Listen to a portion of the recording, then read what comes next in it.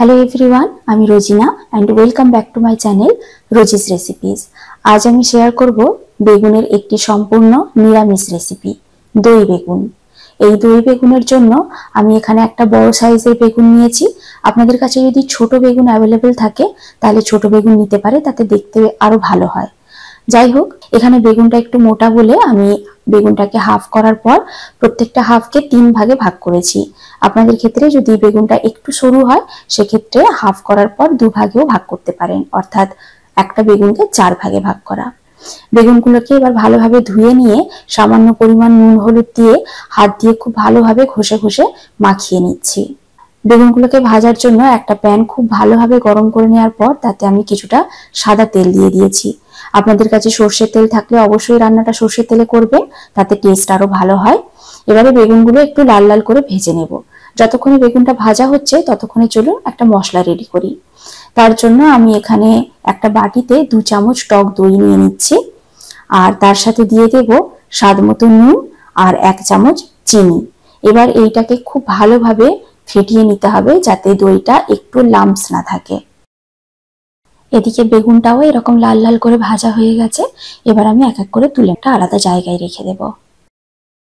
দেখুন, বেগুন ভাজার জন্য যতটা তেল দিয়েছিলাম ততটাই কিন্তু তেল রয়ে গেছে। এবার এই সেম প্যানেই আমি দিয়ে দেব 1 চামচ কালো জিরে, একটা তেজপাতা আর কিছুটা গরম মশলা, লবঙ্গ, এলাচ, দারুচিনি।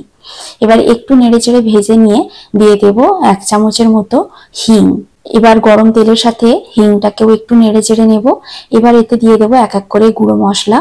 দিয়ে দিচ্ছি ধনে জিরের গুঁড়ো 1 চামচ, 1 চামচ হলুদ গুঁড়ো, সামান্য পরিমাণ লঙ্কা গুঁড়ো আর স্বাদ মতো নুন। এবার এই সবটা খুব ভালো করে তেলের সাথে মিক্স করে দিয়ে দেব ফেটিয়ে রাখা দইটা।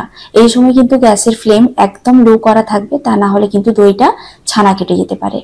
এবারে দইটা খুব তাড়াতাড়ি খুব ভালোভাবে তেলের সাথে মিক্স করে নেব। খুব ভালোভাবে দইটা মিক্স হয়ে যাওয়ার পর এবার যে দই ফেটানো বাটিটা ছিল তাতেই আমি সামান্য পরিমাণ জল দিয়ে দিয়েছি 1 চামচ ময়দা। এবার এটার একটা স্মুথ ব্যাটার বানিয়ে নেব যেন একটু লাম্পস না থাকে। এবার এটা গ্রেভিতে দিয়ে খুব ভালোভাবে গ্রেভিটা মিক্স করে নেব, নেড়েচেড়ে একটু মাখিয়ে নেব সবের সাথে। গ্রেভিটা যখন এরকম তেল ছাড়া হয়ে যাবে তখন এতে সামান্য পরিমাণ জল দিয়ে মিক্স করে দিয়ে দিয়েছি ভেজে রাখা বেগুনগুলো। বেগুনগুলোকে প্যানে দেওয়ার পর একটু গ্রেভির সাথে নেড়ে চেড়ে দিচ্ছি যাতে ভালোভাবে গ্রেভিটা গায়ে লেগে যায়। এবার একটা ঢাকনা দিয়ে ঢেকে এটা কিছুক্ষণ রান্না করে নেব, বেগুনগুলো কিছুটা সেদ্ধ হওয়া অবধি। এবার কিছুক্ষণ পর আমি ঢাকনা খুলে নিয়েছি। বেগুনগুলো এখনো পুরোপুরি সেদ্ধ হয়নি, কিছুটা বাকি আছে। এবার উপর থেকে দিয়ে দিলাম অল্প পরিমাণ গরম মশলার গুঁড়ো আর 1 চামচ ঘি দিয়ে সবটা একটু ভালো করে মিক্স করে আবারও ঢাকনা লাগিয়ে পুরোপুরি বেগুনগুলো সেদ্ধ হওয়া অবধি রান্না করে নেব।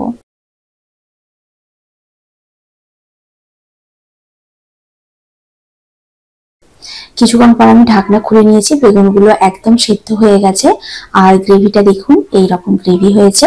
এবার আমি গ্যাসের ফ্লেমটা অফ করে দিচ্ছি কারণ এটা আমার একেবারে রেডি। গ্যাসের ফ্লেমটা অফ করে দেওয়ার পর গরম থাকতে থাকতে উপর থেকে কয়েকটা কাঁচা লঙ্কা আর 1/2 চামচ ঘি দিয়ে কিছুক্ষণ ঢেকে দেব। আপনারা চাইলে এর সাথে ধনেপাতা কুচিও দিতে পারেন, আমি দিচ্ছি না, আমার হাজবেন্ড খুব একটা পছন্দ করে না তাই। এবার এটা পরিবেশন করুন গরম গরম ভাতের সাথে। এটা ভাত, রুটি, পরোটা সবকিছুর সাথেই কিন্তু খুব ভালো যায়। বাড়িতে অবশ্যই একবার ট্রাই করুন। আর আমার ভিডিওটি যদি ভালো লেগে থাকে আমার চ্যানেলটি সাবস্ক্রাইব করে পাশে থাকার অনুরোধ রইল। দেখা হচ্ছে আবার নতুন কোনো রেসিপির সাথে। Till then take care, bye by.